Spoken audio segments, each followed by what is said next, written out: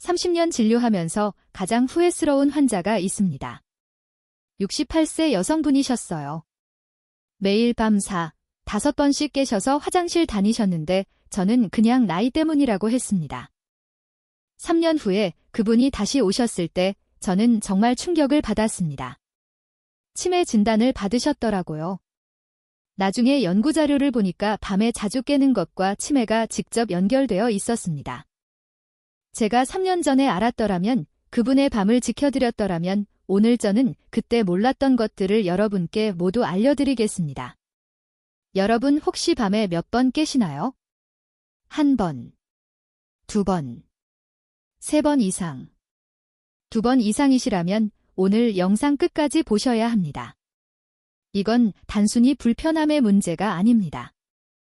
서울대병원 수면센터가 12년간 추적한 연구 결과가 있습니다. 밤에 2번 이상 깨시는 분들의 심장마비 위험이 1.9배였습니다. 뇌졸중 위험은 2.3배였습니다. 그리고 5년 후 치매 발생률이 1.8배 높았습니다. 그런데요, 더 중요한 사실이 있습니다. 이 모든 위험을 줄일 수 있는 방법이 있습니다. 약도 아니고 수술도 아닙니다. 잠들기 전 딱 3분. 집에서 누구나 할 수 있는 간단한 루틴입니다. 돈 한 푼 안 듭니다. 오늘 제가 알려드릴 내용은 크게 6가지입니다. 첫째, 왜 나이 들면 밤에 자주 깨는지 진짜 원인을 알려드리겠습니다.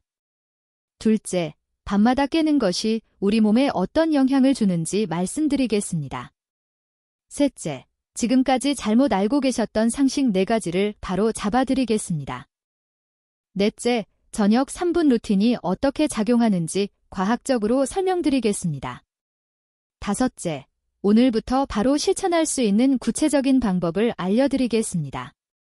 그리고 보너스로 효과를 2배로 높여주는 추가 습관까지 말씀드리겠습니다. 저는 대한노인의학회 정회원이자 서울의 한 대학병원에서 28년간 어르신들의 건강을 돌봐온 전문의입니다.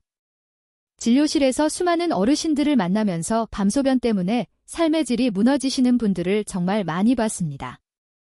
그분들 대부분이 이렇게 말씀하셨어요. 나이 들면 다 그런 거 아니에요? 참고 살아야죠. 하지만 저는 오늘 분명히 말씀드립니다. 참으실 필요 없습니다.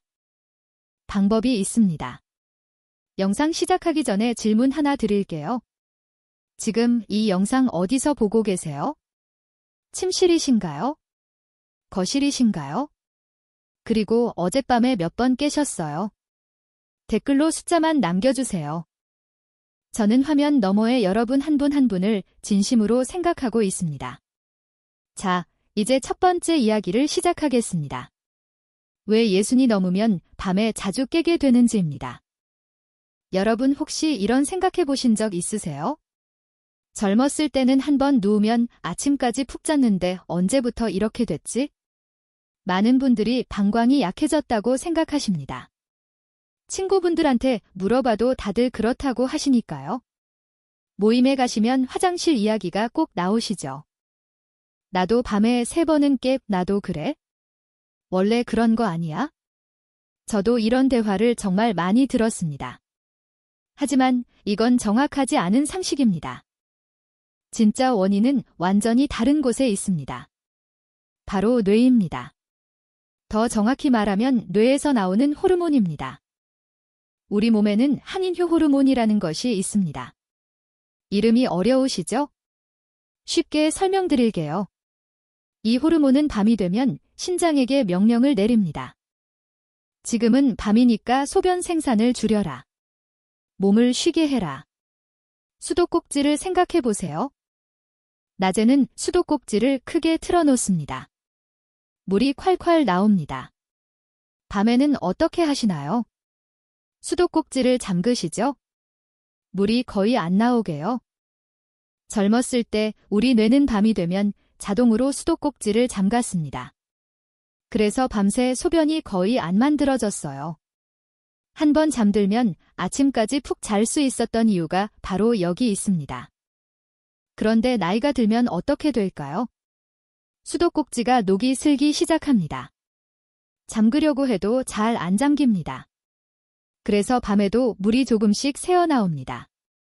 대한노인의학회 자료에 따르면 60세 이후부터 이 호르몬의 야간 분비량이 눈에 띄게 줄어듭니다. 구체적으로 말씀드릴게요. 30대의 야간 호르몬 분비량을 100이라고 하면 60대는 약 57로 줄어듭니다. 43%가 감소하는 겁니다. 70대가 되면 42 정도까지 떨어집니다. 절반도 안 됩니다. 질병관리청 통계를 보면 65세 이상 어르신 중 밤에 2번 이상 화장실에 가시는 분이 약 67%입니다. 10명 중 거의 7명입니다. 그런데 이분들 대부분은 어떻게 하시나요? 나이 들면 다 그렇지. 원래 그런 거야. 이렇게 넘기십니다. 하지만 이건 단순한 불편함이 아닙니다. 몸이 보내는 신호입니다. 제가 진료실에서 만난 한 분이 떠오릅니다. 65세 남성분이셨어요. 밤마다 4번씩 깨신다고 하셨습니다. 처음에 이렇게 말씀하셨어요. 선생님, 저는 전립선이 문제인 것 같아요. 친구들도 다 그렇다고 하던데요. 검사를 해봤더니 전립선은 나이에 비해 상태가 괜찮은 편이었습니다. 문제는 전립선이 아니라 야간 호르몬 분비 저하였습니다. 제가 설명을 드리니까 그분이 이렇게 말씀하셨어요. 아, 그러면 방광이 잘못된 게 아니라 뇌에서 신호가 안 가는 거군요. 정확하게 이해하셨습니다. 여러분, 이 이야기 들으시면서 어떠세요? 아, 내가 이상한 게 아니었구나. 몸이 원래 그렇게 변하는 거구나. 맞습니다. 여러분 잘못이 아닙니다. 의지가 약한 것도 아닙니다. 몸의 시스템이 바뀐 것 뿐입니다. 자, 지금까지 첫 번째 원인을 말씀드렸습니다. 호르몬 변화입니다. 기억하시죠? 그런데 여기서 끝이 아닙니다. 호르몬 변화 위에 또 하나의 문제가 겹쳐집니다. 바로 방광의 신호 시스템이 예민해지는 현상입니다. 많은 분들이 이상하게 생각하시는 부분이 있어요. 화장실에 다녀와도 조금밖에 안 나왔어요. 그런데 왜 이렇게 자주 마려운 건지 모르겠어요. 이런 경험 있으시죠? 이 말씀 속에 핵심이 있습니다. 문제는 양이 아닙니다. 신호입니다. 국내 비뇨의학과 연구에 따르면 젊은 성인의 방광은 약 300mm가 차야 강한 신호를 보냅니다. 종이컵으로 거의 2컵 정도입니다. 그런데 65세 이후에는 어떨까요? 120에서 150mm만 차도 뇌로 긴급 신호를 보냅니다.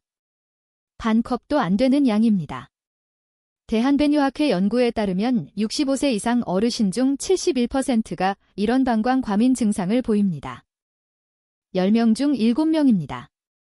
왜 이런 일이 생길까요? 오래된 자동차 경적을 생각해보세요. 새 차의 경적은 어떤가요?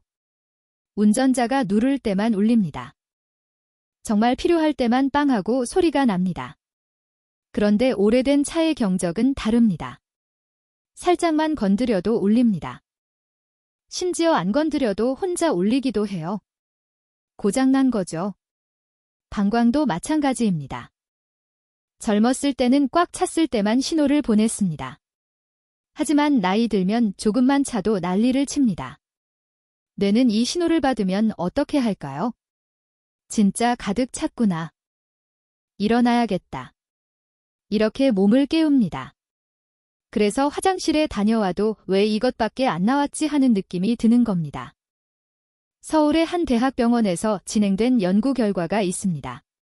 밤에 3번 이상 화장실에 가시는 65세 이상 어르신 중 61%가 방광 용량은 정상이었습니다. 방광이 작아진 게 아니었어요. 신호가 너무 빨리 울린 겁니다. 제가 기억하는 69세 여성 환자분이 계십니다.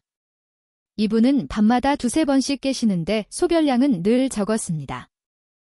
검사해보니 전립선도 없으시고 요로 감염도 없으시고 방광도 특별한 이상이 없었습니다. 처음에 이렇게 말씀하셨어요. 내가 너무 예민한가 봐요. 성격이 원래 좀 급해서 그런가? 저는 그분께 이렇게 설명드렸습니다. 어르신 방광이 약해진 게 아닙니다. 신호 시스템이 너무 민감해진 겁니다. 어르신 성격 문제가 아닙니다. 이 설명을 듣고 나서 그분의 표정이 조금 편안해지셨습니다. 문제를 이해하는 것만으로도 마음이 놓이시는 거죠. 자, 지금까지 두 가지 원인을 말씀드렸습니다. 첫째, 호르몬 변화입니다. 뇌에서 밤에 소변줄이라는 명령이 제대로 안 내려갑니다. 둘째, 방광신호 과민입니다. 조금만 자도 뇌에 긴급 신호를 보냅니다. 기억하시죠? 이 두 가지가 겹치면 악순환이 시작됩니다. 이제 이 문제가 왜 그냥 불편함으로 끝나지 않는지 알아보겠습니다. 우리 몸 전체에 어떤 영향을 미치는지 말씀드리겠습니다. 여러분, 이 부분은 조금 무겁게 들리실 수 있습니다. 하지만 반드시 알아야 하는 이야기입니다. 밤중에 소변 때문에 자주 깨는 것이 단순히 피곤함에서 끝나지 않습니다. 세 가지 심각한 문제로 이어질 수 있습니다. 첫째, 심장 문제입니다. 둘째, 뇌 문제입니다. 셋째, 낙상 위험입니다. 하나씩 자세히 말씀드리겠습니다. 먼저 심장 이야기부터 해볼게요. 우리가 깊이 잠들면 심장도 함께 쉽니다. 정상적인 깊은 수면 동안에는 혈압이 자연스럽게 10에서 20% 정도 내려갑니다. 이걸 야간 혈압 하강이라고 부릅니다. 이 과정이 심장 건강에 정말 중요합니다. 심장을 일하는 직원이라고 생각해 보세요.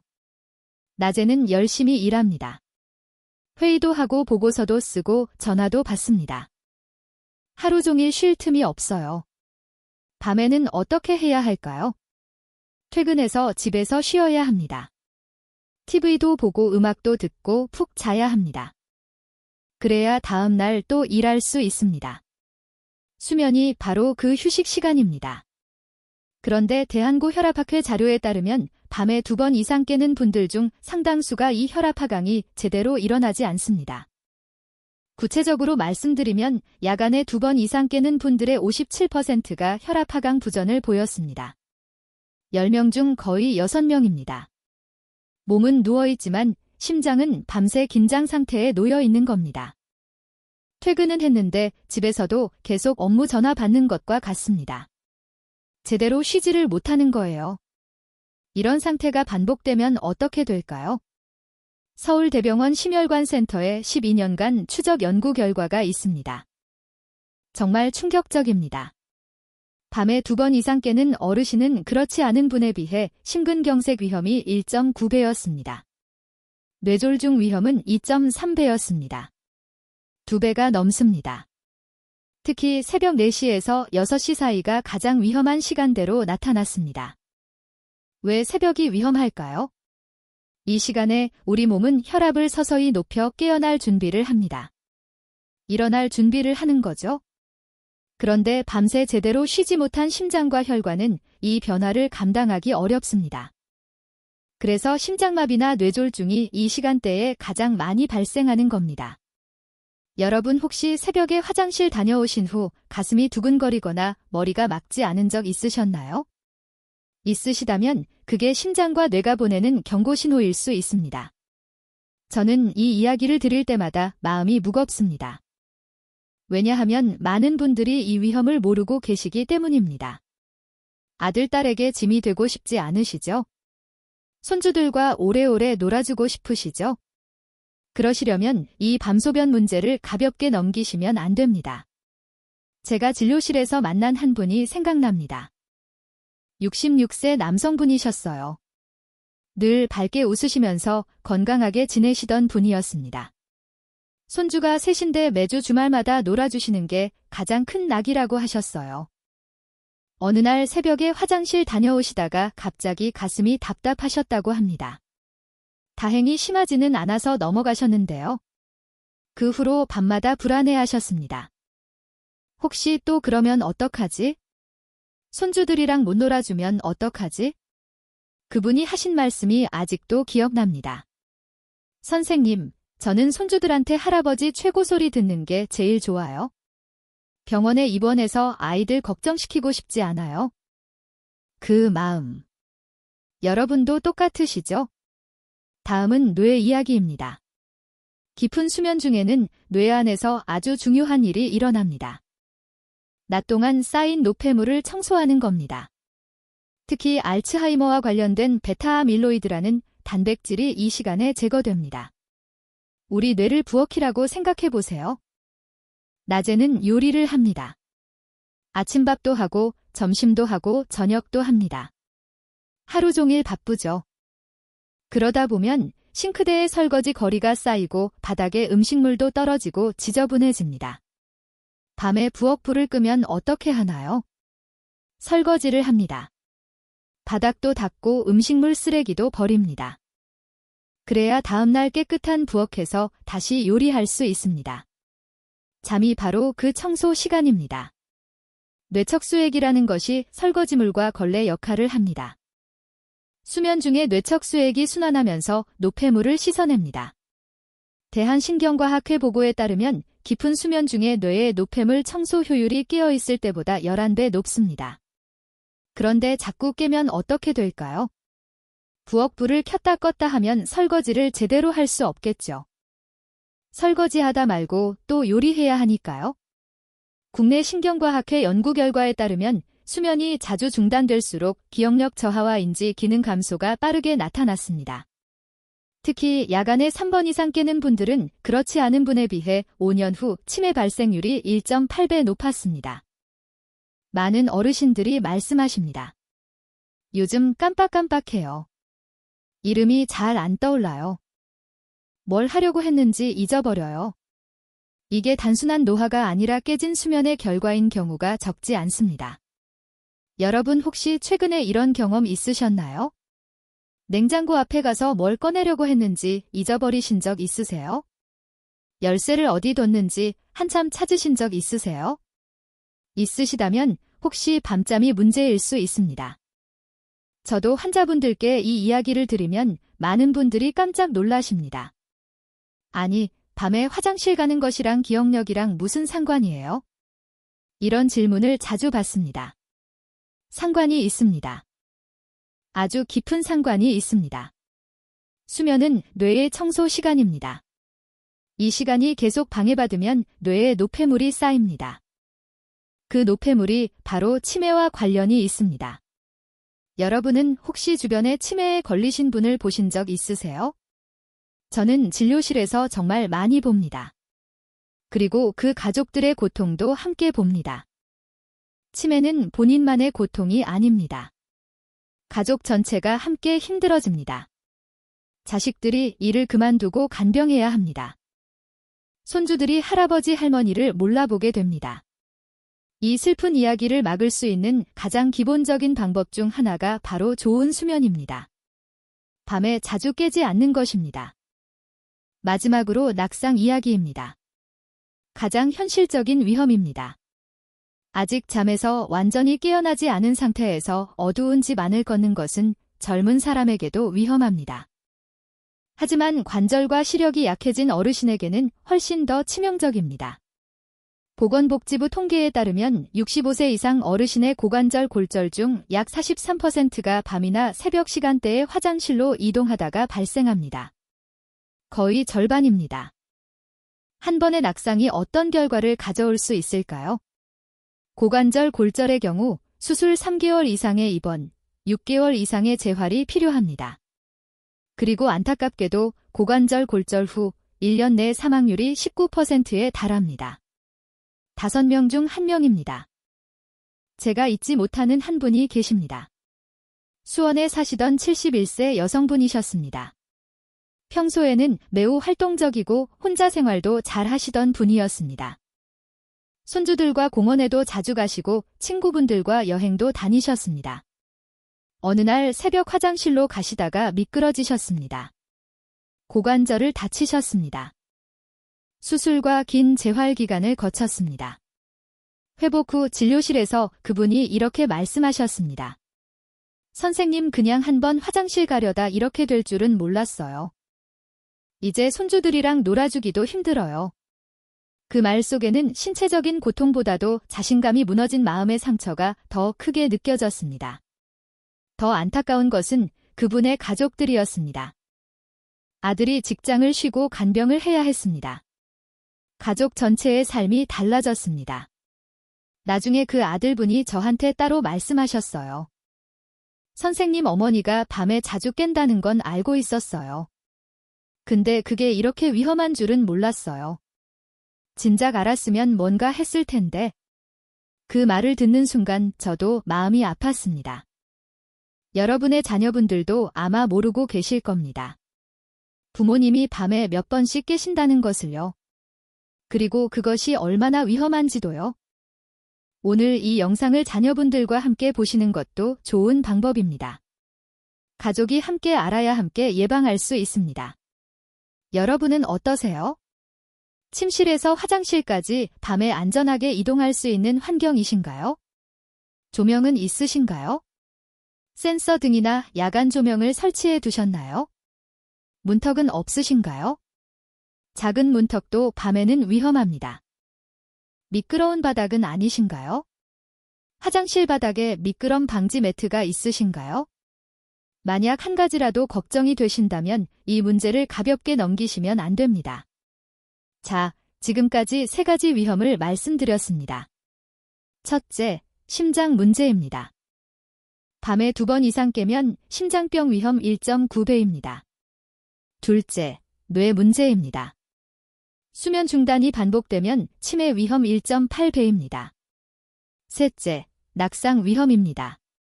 고관절 골절의 43%가 야간 화장실 이동 중 발생합니다. 기억하시죠? 그래서 저는 항상 강조합니다. 밤중 소변은 불편함의 문제가 아닙니다. 위험의 문제입니다. 다행히도 이 악순환을 끊을 방법이 있습니다. 하지만 방법을 알려드리기 전에 먼저 여러분이 잘못 알고 계실 수 있는 상식들을 바로 잡아드리겠습니다. 이걸 모르시면 아무리 좋은 방법도 효과가 없습니다. 지금부터 말씀드릴 내용은 많은 분들이 깜짝 놀라실 수 있습니다. 지금까지 알고 계셨던 것과 완전히 다르기 때문입니다. 잘못된 상식 4가지를 말씀드리겠습니다. 첫째, 저녁에 물을 안 마시면 된다는 상식입니다. 많은 분들이 밤에 화장실 가기 싫어서 저녁 6시 이후로 물을 거의 안 드십니다. 현명한 방법처럼 보이죠? 하지만 이건 오히려 역효과를 냅니다. 왜 그럴까요? 수분이 부족해지면 소변이 농축됩니다. 진한 소변은 방광벽을 자극합니다. 자극을 받은 방광은 더 예민해집니다. 더 자주 신호를 보냅니다. 대한배뇨학회 연구에 따르면 저녁 수분 섭취를 극단적으로 줄인 그룹이 오히려 야간료 빈도가 높았습니다. 저도 처음에는 물을 줄이면 당연히 소변이 줄겠지 생각했습니다. 하지만 연구 결과는 완전히 달랐어요. 그러면 어떻게 해야 할까요? 답은 적당히입니다. 저녁 식사 후 물 1컵 종이컵으로 1컵 정도는 오히려 드시는 게 좋습니다. 다만 잠들기 2시간 전부터는 줄이시면 됩니다. 둘째, 카페인만 피하면 된다는 상식입니다. 커피를 끊으면 괜찮아지겠지 생각하시는 분들이 많습니다. 물론 카페인은 줄이시는 게 좋습니다. 하지만 문제는 카페인만이 아닙니다. 알코올이 더 큰 문제입니다. 저녁에 소주 1잔, 맥주 1캔 드시는 분들 많으시죠? 잠이 잘 올 것 같다고 드시는 분도 계십니다. 하지만 알코올은 항이뇨 호르몬 분비를 억제합니다. 앞서 말씀드린 그 호르몬입니다. 밤에 소변 줄이라고 명령하는 호르몬이요. 알코올이 그 명령을 방해합니다. 그리고 방광을 자극해서 더 자주 마렵게 만듭니다. 서울대병원 비뇨의학과 연구에 따르면 저녁에 알코올을 섭취한 날 밤 야간료 빈도가 평균 1.4배 증가했습니다. 저녁 술은 밤 소변의 적입니다. 셋째, 나이 들면 어쩔 수 없다는 상식입니다. 60 넘으면 다 그렇지. 원래 그런 거야. 이렇게 생각하시는 분들이 정말 많습니다. 하지만 이건 반은 맞고 반은 틀린 말입니다. 네, 나이 들면 호르몬이 변합니다. 방광도 예민해집니다. 이건 사실입니다. 하지만 이 변화를 완전히 막을 수는 없어도 완화할 수는 있습니다. 같은 70세라도 밤에 한 번도 안 깨시는 분이 있고 4-5번 깨시는 분이 있습니다. 그 차이는 생활 습관에서 옵니다. 대한노인의학회 연구에 따르면 적절한 생활습관 관리를 한 그룹이 그렇지 않은 그룹에 비해 야간료 빈도가 38% 낮았습니다. 포기하지 마세요. 넷째, 잠들기 전에 미리 화장실 가면 된다는 상식입니다. 많은 분들이 잠자리에 들기 전 혹시 몰라서 미리 화장실에 다녀오시는 습관이 있습니다. 마렵지 않아도 일단 가보자 하시는 거죠. 현명한 행동처럼 보입니다. 하지만 사실 이게 방광을 더 예민하게 훈련시킬 수 있습니다. 대한배뇨학회 자료에서도 반복적인 사전 배뇨가 방광 용적을 줄이는데 영향을 줄 수 있다고 설명하고 있습니다. 방광은 기억하는 기관입니다. 자주 조금만 차도 비우면 그 상태를 정상으로 학습합니다. 손주 키우실 때 생각해 보세요. 아이가 조금만 보채도 바로 달래주면 어떻게 되나요? 아이는 조금만 불편해도 울게 됩니다. 어느 정도 기다리는 걸 배워야 하죠? 방광도 마찬가지입니다. 이해가 되시나요? 자, 4가지 잘못된 상식을 바로 잡아드렸습니다. 첫째, 저녁에 물을 안 마시면 된다. 아닙니다. 적당히 드셔야 합니다. 둘째, 카페인만 피하면 된다. 알코올이 더 문제입니다. 셋째, 나이 들면 어쩔 수 없다. 생활 습관으로 38% 줄일 수 있습니다. 넷째, 미리 화장실 가면 된다. 오히려 방광을 예민하게 만들 수 있습니다. 기억나시죠? 이제 드디어 많은 분들이 가장 궁금해하시는 부분으로 들어가겠습니다. 저녁 3분 루틴이 어떻게 작용하는지 과학적으로 설명드리겠습니다. 먼저 한 가지 분명히 말씀드리겠습니다. 이 방법은 기적이 아닙니다. 모든 분에게 똑같은 효과를 보장하지도 않습니다. 하지만 몸의 원리를 이해하고 적용하시면 많은 분들에게 도움이 됩니다. 제가 말씀드리는 3분 루틴은 방광을 억지로 누르는 방법이 아닙니다. 몸 전체에 이제 쉬어도 된다는 신호를 보내는 방식입니다. 나이가 들수록 우리 몸은 강한 자극보다 정확한 신호에 더 잘 반응합니다. 국내 수면의학 연구에 따르면 노인의 야간각성은 단순히 소변량 때문이 아니라 자율신경계의 균형이 깨졌을 때 더 쉽게 발생합니다. 자율신경계가 뭘까요? 쉽게 설명드릴게요. 우리 몸에는 2가지 모드가 있습니다. 스마트폰을 생각해보세요. 하나는 활동 모드입니다. 화면이 밝고 앱이 돌아가고 알림이 울립니다. 배터리를 많이 씁니다. 이게 교감신경입니다. 낮에 활동할 때 작동합니다. 하나는 절전 모드입니다. 화면이 어둡고 앱이 꺼지고 알림도 안 울립니다. 배터리를 아낍니다. 이게 부교감신경입니다. 밤에 잠잘 때 작동합니다. 젊었을 때는 낮에는 활동 모드, 밤에는 절전 모드. 이 전환이 깔끔하게 이루어집니다. 하지만 나이 들면 어떻게 될까요? 전환 버튼이 잘 안 눌립니다. 활동 모드에서 절전 모드로 바꾸려는데 잘 안 바뀝니다. 몸은 누워있는데 스마트폰은 아직 활동 모드입니다. 이때 방광의 작은 신호도 크게 증폭되어 뇌를 깨웁니다. 제가 말씀드리는 3분 루틴은 바로 이 전환을 부드럽게 돕는 역할을 합니다. 몸에게 이제 절전 모드로 바꿔도 되라고 신호를 보내는 거예요. 여러분 지금까지 설명 들으시면서 어떠셨어요?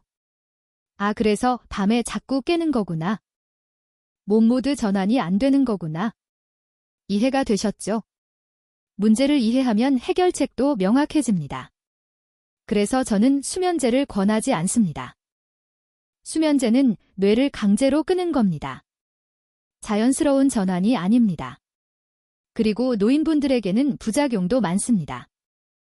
낙상 위험이 오히려 높아질 수 있습니다. 대한수면학회에서도 고령자에게 수면제 장기 복용은 권하지 않습니다. 저는 몸의 자연스러운 리듬을 회복시키는 방법을 권합니다. 그게 바로 오늘 말씀드리는 3분 루틴입니다. 구체적으로 어떻게 작용할까요? 3가지 원리가 있습니다. 첫째, 부교감 신경 활성화입니다. 특정 동작과 호흡이 부교감 신경을 활성화합니다. 절전 모드 버튼을 눌러주는 역할을 하는 거죠. 둘째, 근육이완입니다. 긴장된 근육을 풀어주면 몸 전체에 쉬어도 된다는 신호가 전달됩니다. 방광 근육도 포함해서요. 셋째, 혈류 안정입니다. 하체에 몰린 혈액을 순환시켜주면 밤새 혈압이 안정되고 방광 자극도 줄어듭니다. 이 세 가지가 함께 작용해서 몸을 절전 모드로 부드럽게 전환시켜줍니다. 자, 이제 구체적으로 무엇을 어떻게 하면 되는지 알려드리겠습니다. 저녁 3분. 루틴은 3가지 단계로 이루어져 있습니다. 각 단계 1분씩 총 3분입니다. 첫 번째 단계는 호흡입니다. 1분입니다. 누우신 상태에서 하시면 됩니다. 침대에 누우셔서요. 코로 천천히 숨을 들이마십니다. 4초 동안요. 하나, 둘, 셋, 넷, 그 다음 숨을 멈춥니다. 4초 동안요. 하나, 둘, 셋, 넷, 그 다음 입으로 천천히 숨을 내쉽니다. 6초 동안요. 하나, 둘, 셋, 넷, 다섯, 여섯, 이걸 4번 반복하시면 됩니다. 4초 들이마시고, 4초 멈추고, 6초 내쉬고, 4번이면 대략 1분입니다. 왜 이게 효과가 있을까요? 내쉬는 숨이 들이쉬는 숨보다 길면 부교감 신경이 활성화됩니다. 몸에 이제 쉬어도 되라고 신호를 보내는 겁니다. 대한수면학회 자료에서도 이런 호흡법이 수면 전 자율신경 균형에 도움이 된다고 설명하고 있습니다. 두 번째 단계는 다리 올리기입니다. 1분입니다. 누우신 상태에서 벽에 다리를 올립니다. 엉덩이를 벽에 붙이고 다리를 쭉 위로 올리는 자세입니다. 벽이 없으시면 쿠션이나 베개를 접어서 엉덩이 밑에 놓고 다리를 위로 올리셔도 됩니다. 이 자세로 1분간 유지하시면 됩니다. 왜 이게 효과가 있을까요? 하루 종일 서 있거나 앉아 계시면 혈액과 체액이 하체에 몰립니다. 특히 다리와 발에요. 이 상태로 누우시면 밤에 그 체액이 다시 순환하면서 신장을 자극합니다. 그래서 소변이 만들어지고 밤에 깨시게 됩니다. 잠들기 전에 미리 다리를 올려주시면 하체에 몰린 체액을 순환시킬 수 있습니다. 그러면 밤에 신장 자극이 줄어듭니다. 서울의 한 대학병원 연구에서도 취침 전 다리 올리기가 야간여 빈도를 줄이는 데 도움이 된다고 보고하고 있습니다. 세 번째 단계는 방광근육 이완입니다. 1분입니다. 다리를 내리시고 편하게 누우신 상태에서 아랫배에 손을 가볍게 올립니다. 그 다음 아랫배에 힘을 살짝 주었다가 천천히 풉니다. 마치 소변을 참았다가 놓는 느낌으로요. 하지만 실제로 소변을 보시는 게 아니에요. 근육만 조였다 푸는 겁니다. 이걸 10번 반복합니다. 조이고 3초 유지하고 풀고 10번이면 대략 1분입니다. 이게 바로 케겔 운동이라고도 불리는 건데요. 골반 바닥 근육을 강화하고 이완시키는 운동입니다. 대한배뇨학회 자료에서도 이 운동이 방광과민 증상을 완화하는 데 도움이 된다고 설명하고 있습니다. 자, 3단계 기억하시죠? 첫째, 호흡입니다. 4초 들이마시고 4초 멈추고 6초 내쉬고 4번 반복 1분. 둘째, 다리 올리기입니다. 벽에 다리 올리고 1분 유지. 셋째, 방광 근육 이완입니다. 아랫배 조였다 풀기 10번 1분. 총 3분입니다. 어렵지 않죠? 이 3가지를 순서대로 하시면 됩니다. 잠들기 직전에요. 침대에서 하시면 됩니다. 끝나고 바로 주무시면 돼요. 여러분 어떠세요? 할 수 있겠죠? 지금 당장 댓글로 오늘 밤부터 해볼게요 라고 써주세요. 다른 분들도 함께 하시면 힘이 됩니다. 제가 진료했던 67세 여성 환자분이 떠오릅니다. 이분은 오랫동안 밤에 3번씩 깨는 게 당연하다고 생각하며 지내셨습니다. 특별한 약을 쓰고 싶어 하지도 않으셨고 그저 조금만 덜 깨면 좋겠다고 하셨습니다. 이 루틴을 2주 정도 실천하셨습니다. 다시 진료실에 오셨을 때 이렇게 말씀하셨어요. 선생님, 아직 한두 번은 깨지만 예전처럼 힘들지가 않아요. 깨도 금방 다시 잠들어요. 저는 이 말이 정말 중요하다고 느꼈습니다. 몸이 밤을 다시 신뢰하기 시작했다는 신호이기 때문입니다. 그리고 한 달 후에 다시 오셨을 때는 이렇게 말씀하셨습니다. 선생님, 이제 한 번만 깨요. 가끔은 안 깰 때도 있어요. 남편이 좋아해요. 같이 푹 잘 수 있으니까. 그분의 표정이 정말 밝아지셨던 게 기억납니다. 이 루틴은 기적이 아닙니다. 마법의 약도 아닙니다. 하지만 나이 들며 흐트러진 몸의 리듬을 아주 작은 신호로 다시 정렬해주는 과정입니다. 여러분도 하실 수 있습니다. 어렵지 않습니다. 오늘 밤부터 시작하세요. 자, 지금까지 3분 루틴의 원리와 방법을 알려드렸습니다. 기억하시죠? 호흡 1분, 다리 올리기 1분, 방광 근육 이완 1분, 총 3분. 이제 보너스로 이 효과를 2배로 높여주는 추가 습관들을 알려드리겠습니다. 이것까지 함께 하시면 효과가 훨씬 좋아집니다. 저는 늘 말씀드립니다. 몸은 단 하나의 행동보다 저녁 전체의 분위기를 기억한다고요. 같은 3분 루틴이라도 어떤 저녁을 보내셨느냐에 따라 효과가 완전히 달라집니다. 4가지 추가 습관을 알려드리겠습니다. 첫째, 저녁 식사 시간입니다. 가능하다면 저녁 식사는 오후 6시 반에서 7시 이전에 마치세요. 왜 그럴까요? 해가 지고 나면 소화 기능과 신진대사가 자연스럽게 속도를 늦춥니다. 이때 음식을 늦게 섭취하면 몸은 쉬어야 할 시간에 계속 일을 하게 됩니다. 그 여파가 방광 자극으로도 이어질 수 있습니다. 국내 노인 영양 연구에 따르면 저녁을 8시 이후에 드신 분들이 7시 이전에 드신 분들보다 야간요 빈도가 1.3배 높았습니다. 작은 변화입니다. 하지만 밤이 훨씬 조용해졌다고 말하는 분들이 많습니다. 둘째, 저녁 이후 음료입니다. 많은 어르신들이 따뜻한 차 한 잔을 편안함의 상징처럼 생각하십니다. 하지만 밤 시간대에는 그 한 잔이 생각보다 큰 자극이 됩니다. 액체가 들어가면 몸은 다시 처리 모드로 들어갑니다. 신장과 방광도 함께 움직이기 시작합니다. 잠들기 2시간 전부터는 음료 섭취를 최소화하세요. 위로가 필요하시다면 음료 대신 따뜻한 조명 아래에서 가볍게 몸을 스트레칭하는 게 더 좋습니다. 셋째, 잠자는 자세입니다. 왼쪽으로 누워서 무릎 사이에 작은 베개를 끼는 자세가 좋습니다. 왜 그럴까요?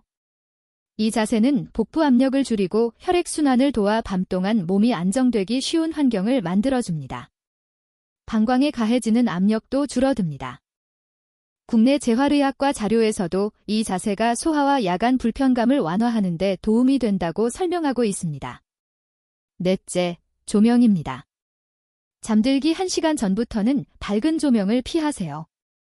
TV나 스마트폰의 푸른 빛은 멜라토닌 분비를 억제합니다. 멜라토닌은 수면 호르몬입니다. 따뜻한 조명 아래에서 책을 읽거나 조용히 호흡을 고르는 게 좋습니다. 이게 몸에 이제 잘 시간이야 라고 신호를 보내는 겁니다. 자, 4가지 추가 습관입니다. 기억하시죠? 첫째, 저녁 식사는 7시 이전에. 둘째, 잠들기 2시간 전부터 음료 줄이기. 셋째, 왼쪽으로 누워서 무릎 사이에 베개. 넷째, 잠들기 1시간 전부터 밝은 빛 피하기. 이렇게 저녁의 흐름이 바뀌면 3분 루틴은 더 이상 단독 행동이 아니라 편안한 밤으로 들어가는 문이 됩니다. 그리고 낮 시간에 도움이 되는 습관 2가지도 알려드리겠습니다. 이것까지 함께 하시면 효과가 더욱 좋아집니다. 첫째, 아침 햇빛입니다. 아침에 일어나서 20분에서 30분 정도 햇빛을 쬐세요. 창가에 앉아 계셔도 좋고 가벼운 산책을 하셔도 좋습니다. 왜 햇빛이 중요할까요? 햇빛은 우리 몸의 시계를 리셋해줍니다. 아침에 햇빛을 쬐면 뇌에 지금은 낮이다라는 신호가 전달됩니다. 그러면 밤에는 자동으로 지금은 밤이다라는 신호가 더 선명해집니다. 아까 말씀드렸죠? 나이 들면 낮과 밤의 구분이 흐려진다고요. 햇빛이 그 구분을 다시 선명하게 만들어줍니다. 국내 수면의학 연구에서도 아침 햇빛 노출이 야간 멜라토닌 분비를 28% 이상 증가시킨다고 보고하고 있습니다. 실내에만 계시면 안 됩니다. 꼭 밖에 나가시거나 최소한 창가에서 햇빛을 받으세요. 둘째, 가벼운 운동입니다. 하루 20분에서 30분 걷기 운동을 하세요.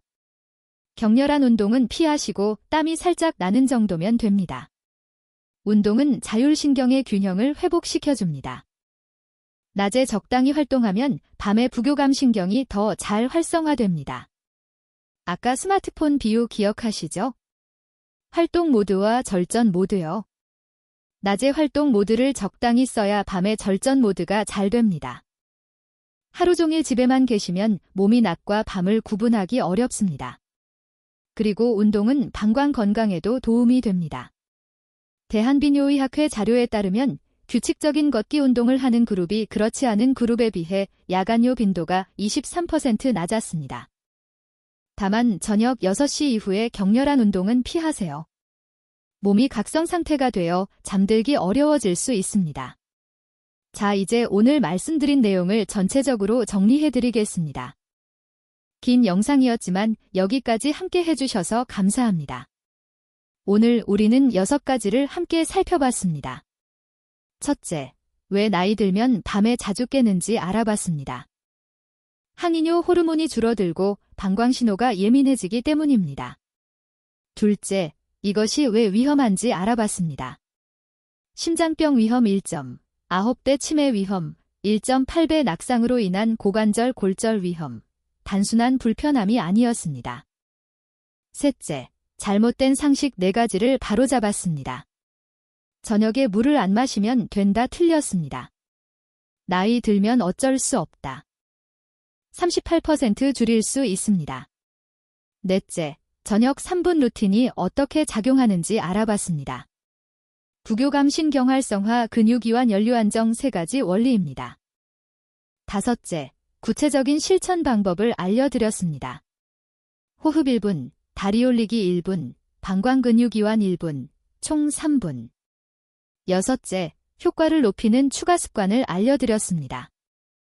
저녁 식사 7시 이전, 음료 줄이기 왼쪽으로 눕기 밝은 빛 피하기, 그리고 아침 햇빛 걷기 운동, 기억하시죠? 자, 이제 가장 중요한 것만 다시 한번 정리해드리겠습니다. 오늘 영상에서 딱 3가지만 기억하세요. 첫째, 밤에 자주 깨는 건 나이 탓만이 아닙니다. 호르몬 변화와 방광신호 과민이 원인입니다. 그리고 생활 습관으로 충분히 개선할 수 있습니다. 둘째, 저녁 3분 루틴을 시작하세요. 호흡 1분, 다리 올리기 1분, 방광 근육 이완 1분, 잠들기 직전에 침대에서 하시면 됩니다. 셋째, 저녁 전체의 흐름을 바꾸세요. 저녁 식사는 7시 이전에, 음료는 잠들기 2시간 전부터 줄이기, 밝은 빛은 1시간 전부터 피하기, 이 3가지만 기억하시면 됩니다. 어렵지 않습니다. 오늘 밤부터 시작할 수 있습니다. 돈 한 푼 안 듭니다.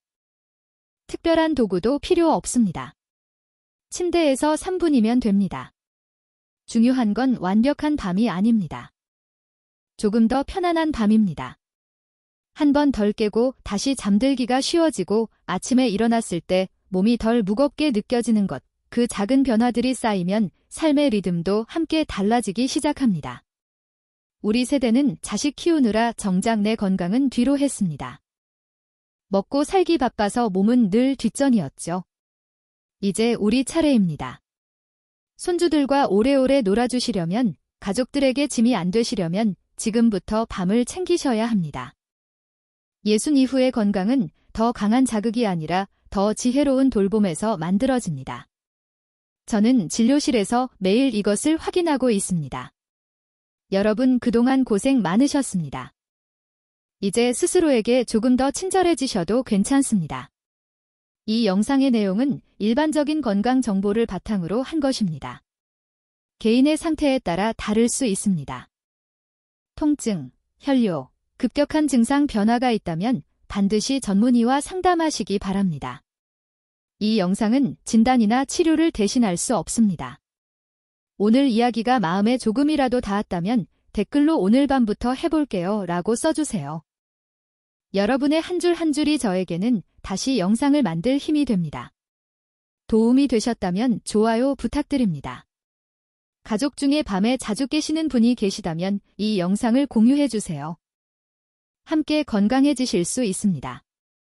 구독해주시면 더 많은 분들께 건강정보가 전달됩니다. 우리 함께 건강해집시다. 저는 앞으로도 여러분의 밤이 조금 더 조용해질 수 있도록 과장 없이 하지만 진심을 담아 이야기하겠습니다. 여러분의 건강 제가 지키겠습니다. 편안한 밤 되시길 바랍니다. 감사합니다.